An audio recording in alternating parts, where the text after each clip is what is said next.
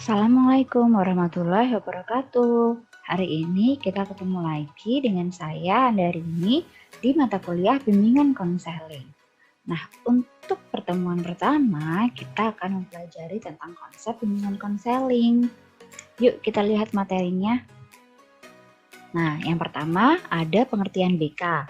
Kemudian selanjutnya prinsip pelaksanaan BK, asas dalam BK, dan yang terakhir tujuan BK. Kita lihat satu persatu. Sudah siap semuanya? Yuk kita simak.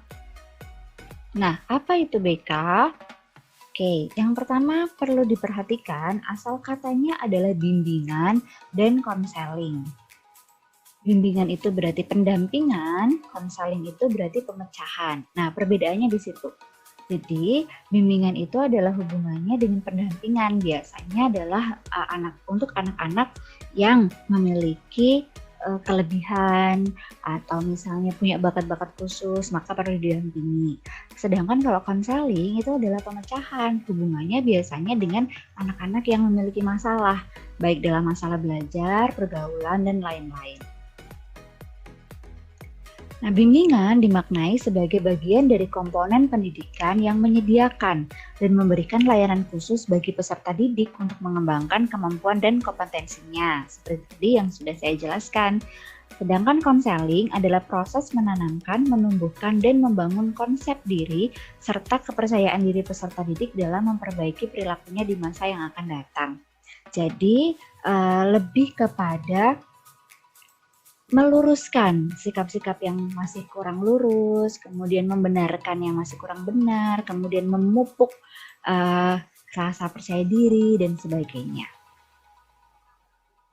Maka bimbingan dan konseling adalah proses pendampingan terhadap peserta didik agar jangan sampai mengalami permasalahan dalam belajar dan proses membantu peserta didik yang mengalami permasalahan belajar. Nah, itu dia maknanya. Nah, terus kenapa perlu ada BK?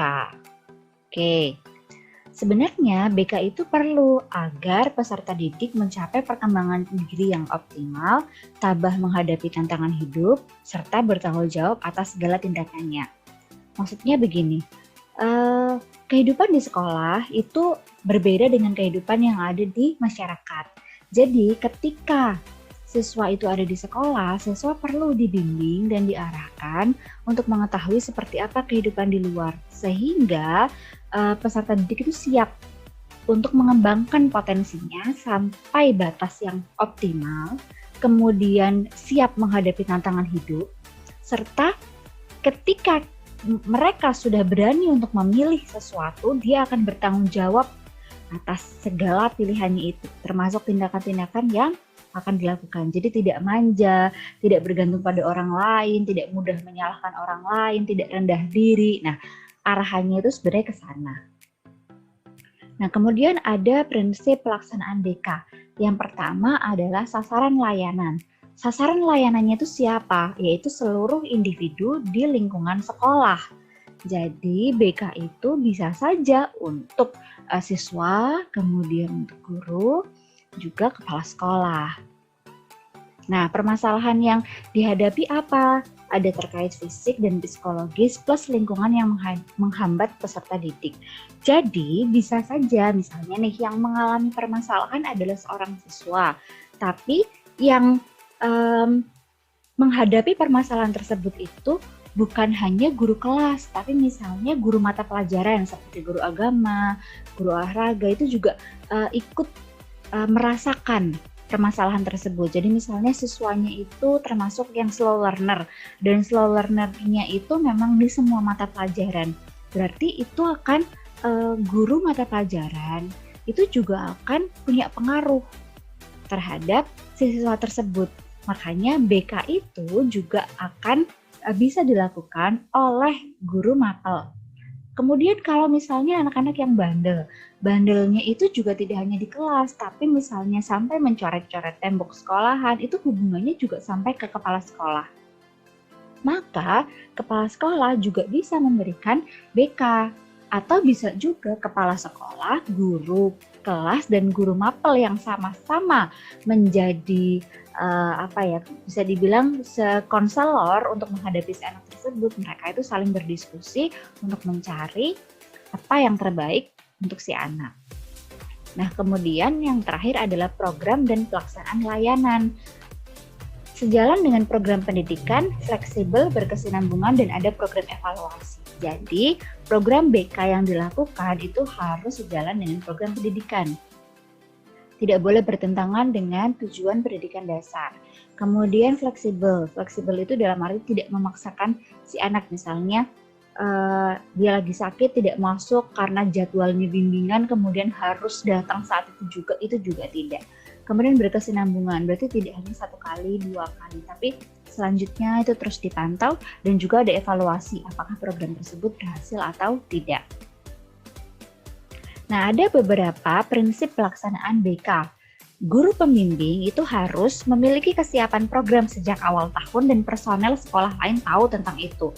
Jadi guru kelas itu biasanya sudah istilahnya sudah tahu lah cerita dari guru yang sebelumnya atau dari orang tua ketika masuk itu sudah tahu bahwa kira-kira permasalahan apa yang akan dialami peserta didik kelasnya tahun ini. Nah, kemudian membuat program kira-kira seperti apa dan di-share ketika rapat kepada guru mapel, kepala sekolah, dan juga sivitas akademika yang lain agar mereka itu juga tahu dan bisa mendukung program tersebut.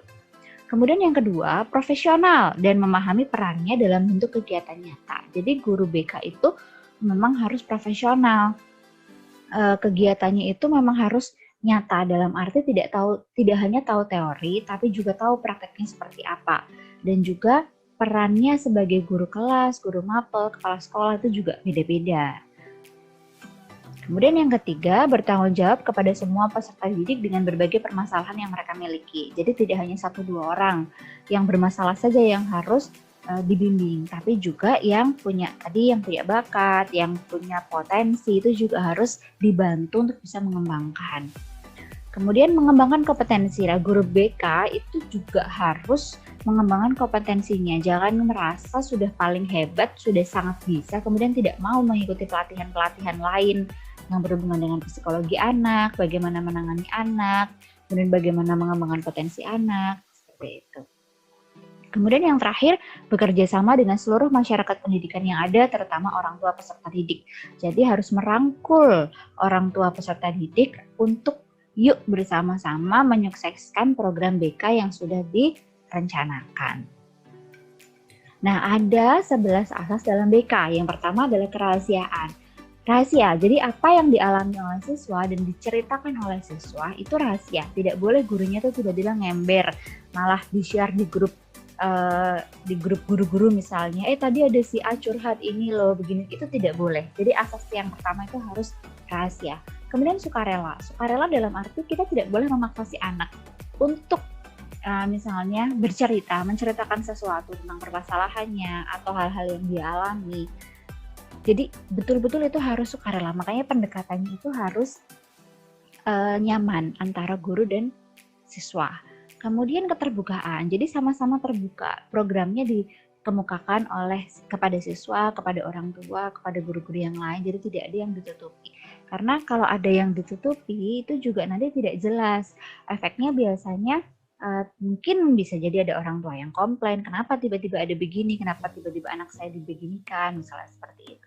Kemudian kekinian itu berarti mengikuti perkembangan zaman.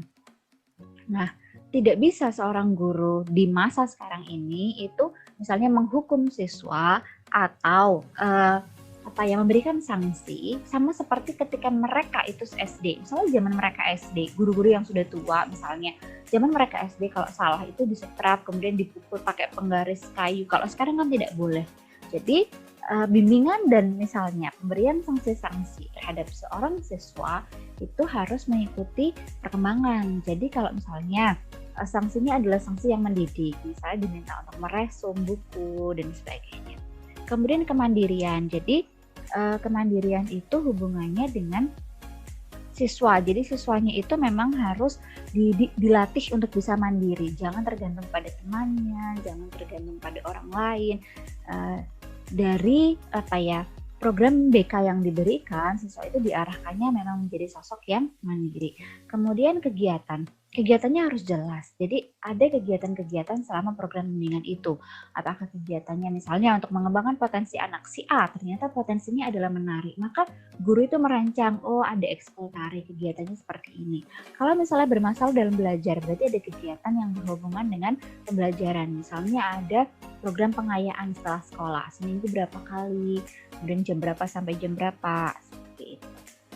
Yang nomor 7 adalah kedinamisan, jadi bergerak terus, harus berkembang terus programnya, tidak bisa kita stuck pada satu program. Rencana itu masih bisa terus berkembang ketika memang si anak itu mengalami kemajuan. Kemudian keterpaduan, terpadu antara program pendidikan yang utama dengan program BK itu harus terpadu, jadi tidak boleh terpisah. Kenormatifan, ada norma-norma yang harus dipenuhi selama BK itu dilaksanakan. Jadi norma sopan santun, kesusilaan, kemudian itu harus diperhatikan. Kemudian alih tangan itu berarti ketika seorang guru sudah tidak bisa menangani, maka dia harus mengakui dan mengalih tangankan kepada orang yang lebih ahli, seperti misalnya psikolog. Nah, jadi makanya guru itu harus tahu batas kompetensi itu sampai mana. Contoh misalnya ada seorang anak dengan dia itu hiperaktif, tapi hiperaktifnya sudah sangat mengganggu di kelas, tidak bisa ditangani sendiri, maka guru harus ngobrol sama orang tua bahwa anak Anda itu saya sudah merasa kesulitan, bagaimana kalau misalnya dibawa untuk konsultasi ke psikolog, sehingga nanti program yang ada dari psikolog itu bisa juga diterapkan di sekolah. Jadi saling membantu satu sama lain. Kemudian yang terakhir tuturi handayani, seperti asas dalam pendidikan kita, yaitu guru itu memang harus bertindak sebagai pendorong, kemudian juga memotivasi, guru itu juga harus bisa memberi contoh, seperti itu. Kemudian tujuan BK, sebenarnya kenapa sih tujuan BK atau BK itu harus ada? Nah, tujuan umumnya yaitu untuk membantu peserta didik mengembangkan diri secara optimal, sesuai dengan tahap perkembangan, sesuai dengan potensi dan kondisi awal serta latar belakang peserta didik plus tuntutan zaman. Jadi, peserta didik itu diharapkannya bisa mengembangkan potensinya, melihat baik dari latar belakang, kemudian potensi dari dirinya sendiri, kemudian juga tuntutan zaman, misalnya IT. Nah, maka guru-guru setidaknya juga harus bisa mendorong siswa untuk bisa menguasai IT di zaman sekarang ini. Kemudian untuk tujuan khusus, nah tujuan khususnya itu dibagi, yang pertama adalah pribadi dan sosial. Itu agar peserta didik memiliki komitmen untuk mengamalkan nilai-nilai keimanan dan ketakwaan di setiap aspek kehidupan. Jadi tidak hanya orientasinya itu pada hal-hal yang bersifat duniawi, tapi juga iman dan takwa. Selanjutnya toleransi antar umat beragama, apalagi zaman sekarang banyak isu-isu keagamaan yang muncul. Nah, harapannya guru BK bisa memberikan bimbingan agar siswa-siswanya itu bisa saling toleransi. Kemudian pemahaman dan penerimaan diri, jadi siswa itu diajak untuk memahami dan menerima kelebihan serta kekurangan dirinya sendiri, tidak sombong atas kelebihannya dan tidak minder terhadap kekurangannya.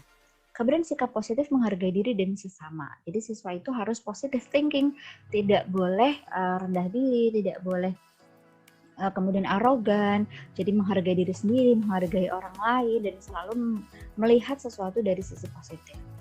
Yang kelima adalah kemampuan memilih secara sehat, positif, dan efektif. Jadi siswa itu diberikan kepercayaan untuk memilih sesuatu, tapi pilihannya itu harus sehat, positif, dan efektif. Jadi siswa itu mempertimbangkan lah setidaknya untuk memilih A, misalnya untuk memilih ekskul. Siswa itu harus memilih berdasarkan pertimbangan matang. Saya itu potensinya di mana. Kemudian jadwalnya bentrok tidak dengan kegiatan saya yang lain dan sebagainya. Kemudian komitmen terhadap tugas dan tanggung jawab. Nah, setelah misalnya dia sudah memilih, dia harus bisa tanggung jawab terhadap pilihannya, terhadap tugas-tugas yang diberikan oleh guru juga di sekolah. Selanjutnya ada kemampuan berinteraksi sosial. Jadi siswa dilatih untuk bisa berinteraksi dengan teman-temannya sesuai dengan kapasitasnya. Ketika misalnya seorang siswa ditunjuk menjadi ketua kelas, maka interaksi sosialnya juga akan berbeda ketika dia ada di posisi teman dan ada di posisi ketua kelas seperti itu. Jadi kemampuan interaksinya juga harus dikembangkan. Dan yang terakhir, kemampuan menyelesaikan konflik internal dan eksternal. Konflik internal itu dengan dirinya sendiri, eksternal itu dengan orang lain. Nah, siswa itu diharapkannya punya kemampuan menyelesaikan masalah yang ada di dalam diri sendiri. Konflik batin misalnya, inginnya ini, ternyata sama orang tuanya disuruh itu, seperti itu. Nah, harusnya bagaimana? Eksternal. Kalau eksternal itu dengan masalah dengan siswa yang lain.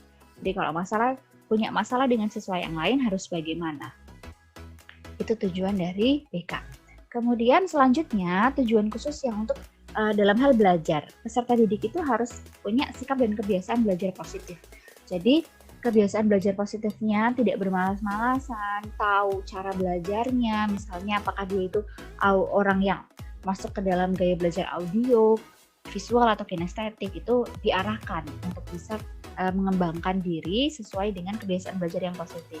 Selanjutnya memotivasi belajar untuk belajar sepanjang hayat. Jadi belajar itu tidak hanya di sekolah, tapi di rumah, di lingkungan itu juga belajar, dan belajar dari orang lain itu juga sangat diperlukan untuk mengembangkan soft skill, kemudian kemampuan berinteraksi dan lain-lain. Yang ketiga ada keterampilan dan teknik belajar yang efektif tadi. Jadi ketika si anak itu sudah tahu gaya belajarnya itu apa, misalnya audio, maka siswa itu diarahkan, oh kalau kamu adalah orang yang gaya belajarnya audio, maka caranya adalah dengan membaca nyaring. Jadi kita mendengar. Nah, dari mendengar itu kita bisa ingat seperti itu. Atau misalnya kinestetik, dia harus membuat mind mapping, dia ketika harus bergerak, harus memeragakan, maka dia diarahkan untuk belajarnya ke arah sana. Setelah itu yang keempat adalah keterampilan untuk menetapkan tujuan dan perencanaan belajar. Jadi kadang-kadang anak-anak itu tidak tahu cara mengorganisasi tugas-tugas yang diberikan. Jadi ketika tugasnya numpuk, ditunda, tiba-tiba H-1 tugasnya numpuk banyak, pekerjaannya tidak beres. Jadi siswa itu dibekali keterampilan bagaimana cara mengatur jadwal belajar. Yang terakhir adalah kesiapan mental dan kemampuan menghadapi ujian. Jadi siswa itu harapannya siap ketika menghadapi ujian, tidak grogi, kemudian kadang-kadang ada yang saking stresnya sampai sakit. Nah, itu harus diberikan training dan juga bimbingan agar bisa lebih siap untuk kedepannya. Dan yang terakhir adalah karir. Nah, kalau hubungannya dengan karir, harapannya adalah agar peserta didik memiliki pemahaman diri terkait bidang dan jenis pekerjaan. Jadi, kira-kira ada jenis pekerjaan apa saja, kemudian membutuhkan keterampilan apa. Kalau kerjaan itu harus dibekali dari sekolah dasar, sehingga dia sudah bisa berpikir dan bercita-cita kira-kira ingin jadi apa. Selanjutnya, sikap positif terhadap dunia kerja, tidak merasa rendah diri. Jadi ketika istilahnya ada anak-anak yang mungkin nilai matematikanya jelek, kemudian tapi kemampuan bahasanya bagus, maka siswa itu bisa diarahkan, ini loh kamu itu berpotensi menjadi jurnalis misalnya, atau menjadi penulis, nah, baik itu novel ataupun misalnya penulis misalnya pujangga, atau juga misalnya belajar di ilmu komunikasi. Nah, jadi istilahnya ada bimbingan dari guru, ini loh, kamu tidak perlu minder untuk satu kekuranganmu, tapi kamu bisa mengarahkan kepada karir-karir yang lain. Selanjutnya, kemampuan untuk membentuk identitas karir dengan cara mengenali hal-hal seputar dunia kerja. Jadi kalau kerja itu harus istilahnya siswa itu tahu lah, oh kalau kerja itu biasanya butuhnya apa, kemudian nanti dapat gaji, kalau dapat gaji itu seperti apa, dan jadi diberi pemahaman singkat tentang dunia kerja. Seperti kalau misalnya bu gurunya, kalau jadi guru itu begini-begini, nanti kalian itu tanggung jawabnya seperti ini, kemudian tugasnya apa, kemudian kelebihannya apa, dan lain-lain. Yang keempat, kemampuan merencanakan masa depan. Jadi siswa itu diharapkannya sudah bisa merencanakan masa depan sejak dari SD. Contohnya misalnya, saya punya saudara, adik sepupu saya itu dari SD itu sudah punya gambaran ingin jadi pilot. Nah, dari gurunya dan juga orang tuanya itu mengarahkan, kalau kamu pengen jadi pilot, kamu sekolahnya harus pintar. Kamu nanti misalnya harus masuk IPA. Kemudian nilai kamu minimal adalah sekian. Selanjutnya kamu giginya nggak boleh bolong, kamu tingginya harus sekian. Jadi siswa itu ketika sudah tahu tujuannya kemana, maka harus berusaha sampai kepada itu. Seperti adik saya itu ketika lulus SD, dia itu mulai dari SMP itu sudah penurunan berat badan, belajar keras sampai akhirnya lulus SMA itu diterima di sekolah penerbangan dari hasil usahanya dia selama ini. Dan kemudian sekarang sudah bisa jadi pilot. Jadi istilahnya jadi siswa itu tidak gerambiang. Kadang kan kita hari ini kepengen jadi presiden, besok tiba-tiba kepengen jadi misalnya jurnalis, tiba-tiba besok kepengen lagi jadi dokter, itu tidak jelas arahannya. Nah, ketika kita bisa mengarahkan, membantu siswa untuk fokus kepada 1-2 hal yang memang mengarah kepada potensinya, itu akan lebih baik. Kemudian itu termasuk nomor 5 ya, membentuk arah kecenderungan karir. Jadi tadi arahnya itu sudah diarahkan lah, melihat potensinya. Kemudian yang terakhir mengenal keterampilan, kemampuan, dan minat. Jadi minatnya itu di mana sih? Minatnya adalah di eksak misalnya. Oh, berarti kalau di eksak itu nanti arahannya jadi dokter bisa, jadi insinyur bisa, jadi misalnya teknisi bisa, jadi ahli IT. Tapi kalau misalnya dari kemampuannya itu mengarahnya kepada kemampuan bahasa, maka diarahkannya hal-hal yang berhubungan dengan bahasa seperti tadi, misalnya bisa jadi dosen, kemudian bisa jadi penulis, bisa jadi jurnalis seperti itu. Jadi kecenderungannya itu kemana sih? Kemudian guru BK itu harapannya bisa mengarahkan. Oke, itu saja untuk materi hari ini. Nanti kita akan bahas lebih lanjut lagi di perkuliahan kita. Terima kasih. Sampai jumpa. Wassalamualaikum warahmatullahi wabarakatuh. Stay healthy, be happy.